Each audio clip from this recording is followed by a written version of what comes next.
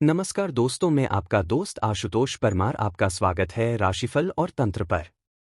ज्यादा समय न लेते हुए वीडियो शुरू करते हैं। जीवित पुत्रिका व्रत का महत्व और पूजा विधि। जीमूतवाहन के नाम पर ही जीवित पुत्रिका व्रत का नाम पड़ा है। पुत्र की रक्षा के लिए किया जाने वाला व्रत जीवित पुत्रिका या जितिया का विशेष महत्व है। इस दिन माताएं अपनी संतान की रक्षा और कुशलता के लिए निर्जला व्रत करती है। जीमूतवाहन के नाम पर ही जीवित पुत्रिका व्रत का नाम पड़ा है। आइए जानते हैं कि जीमूतवाहन कौन हैं और उनकी कथा क्या है। जितिया का व्रत अश्विन महीने के कृष्ण पक्ष की अष्टमी तिथि को मनाया जाता है। इसे जितिया या जीवित पुत्रिका व्रत भी कहा जाता है। यह इस दिन माताएं अपने बच्चों की लंबी उम्र, सेहत और सुखमयी जीवन के लिए व्रत रखती हैं। इस व्रत की शुरुआत सप्तमी से नहाय खाए के साथ हो जाती है और नवमी को पारण के साथ इसका समापन होता है। तीज की तरह जितिया व्रत भी बिना आहार और निर्जला किया जाता है। छठ पर्व की तरह जितिया व्रत पर भी नहाय खाए की परंपरा होती है। यह पर्व 3 दिन तक मनाया जाता है। सप्तमी तिथि को नहाय खाए के बाद अष्टमी तिथि को महिलाएं बच्चों की समृद्धि और उन्नति के लिए निर्जला व्रत रखती हैं। इसके बाद नवमी तिथि यानी अगले दिन व्रत का पारण किया जाता है यानी व्रत खोला जाता है। जीवित पुत्रिका पूजा विधि। सुबह जल्दी उठकर स्नान करने के बाद सूर्य नारायण की प्रतिमा को स्नान कराएं। मिट्टी और गाय के गोबर से चील व सियारिन की मूर्ति बनाएं। इसके बाद धूप, दीप आदि से आरती करें और भोग लगाएं। कुशा से बनी जीमूतवाहन की प्रतिमा को धूप, दीप, चावल, पुष्प आदि अर्पित करें। इस व्रत के पारण के बाद महिलाएं जितिया का लाल रंग का धागा गले में पहनती हैं। व्रती महिलाएं जितिया का लॉकेट भी धारण करती हैं। विधि विधान से पूजा करें और व्रत की कथा अवश्य सुनें। पूजा के दौरान सरसों का तेल और खल चढ़ाया जाता है। व्रत पारण के बाद दान जरूर करें। जितिया या जीवित पुत्रिका व्रत का महत्व। एक समय की बात है, एक जंगल में चील और लोमड़ी घूम रहे थे।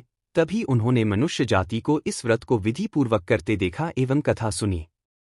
उस समय चील ने इस व्रत को बहुत ही श्रद्धा के साथ ध्यानपूर्वक देखा, वहीं लोमड़ी का ध्यान इस ओर बहुत कम था।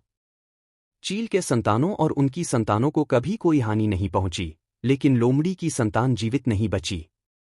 इस प्रकार इस व्रत का महत्व बहुत अधिक बताया जाता है।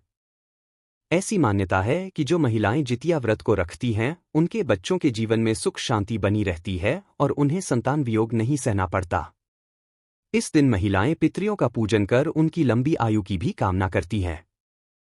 इस व्रत में माता जीवित पुत्रिका और राजा जीमूतवाहन दोनों पूजा एवं पुत्रों की लंबी आयु के लिए प्रार्थना की जाती है। सूर्य को अर्घ्य देने के बाद ही कुछ खाया पिया जाता है। इस व्रत में तीसरे दिन भात, मरुआ की रोटी और नोनी का साग खाए जाने की परंपरा है। जितिया व्रत की कथा के अनुसार यह माना जाता है कि इस व्रत का महत्व महाभारत काल से जुड़ा हुआ है। जब भगवान श्री कृष्ण ने उत्तरा के गर्भ में पल रहे पांडव पुत्र की रक्षा के लिए अपने सभी पुण्य कर्मों से उसे पुनर्जीवित किया था, तब से ही स्त्रियां आश्विन मास के कृष्ण पक्ष की अष्टमी तिथि को निर्जला व्रत रखती हैं। कहते हैं कि इस व्रत के प्रभाव से भगवान श्री कृष्ण व्रती स्त्रियों की संतानों की रक्षा करते हैं। प्राचीन मान्यता है जीवित पुत्रिका व्रत की कथा महाभारत काल से जुड़ी हुई है। महाभारत युद्ध के बाद अपने पिता की मृत्यु के बाद अश्वत्थामा बहुत ही नाराज था और उसके अंदर बदले की आग तीव्र थी, जिस कारण उसने पांडवों के शिविर में घुसकर सोते हुए 5 लोगों को पांडव समझकर मार डाला था, लेकिन वे सभी द्रौपदी की 5 संतानें थीं। उसके इस अपराध के कारण उसे अर्जुन ने बंदी बना लिया और उसकी दिव्यमणि छीन ली, जिसके फलस्वरूप अश्वत्थामा ने उत्तरा की अजन्मी संतान को गर्भ में मारने के लिए ब्रह्मास्त्र का उपयोग किया, जिसे निष्फल करना नामुमकिन था।